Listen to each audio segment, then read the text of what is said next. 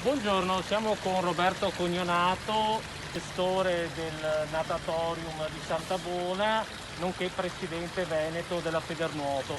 Com'è stata la ripartenza, la riapertura delle piscine questa settimana? È stata positiva, nel senso che abbiamo trovato persone molto desiderose di riprendere l'attività nel loro impianto storico e quindi con voglia di riprendere l'attività natatoria, curiosi anche di capire come sarebbe avvenuta questa nuova modalità di accesso alle piscine.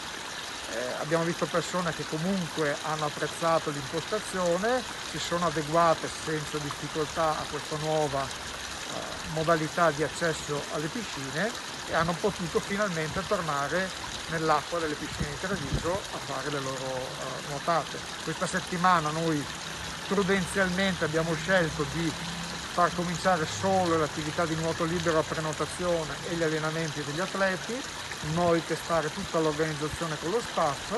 Dalla prossima settimana apriamo l'impianto estivo, riprendiamo le attività didattiche e poi riprenderemo anche l'attività dei Nata Camp per i bambini e ragazzi dai 6 anni alla terza media.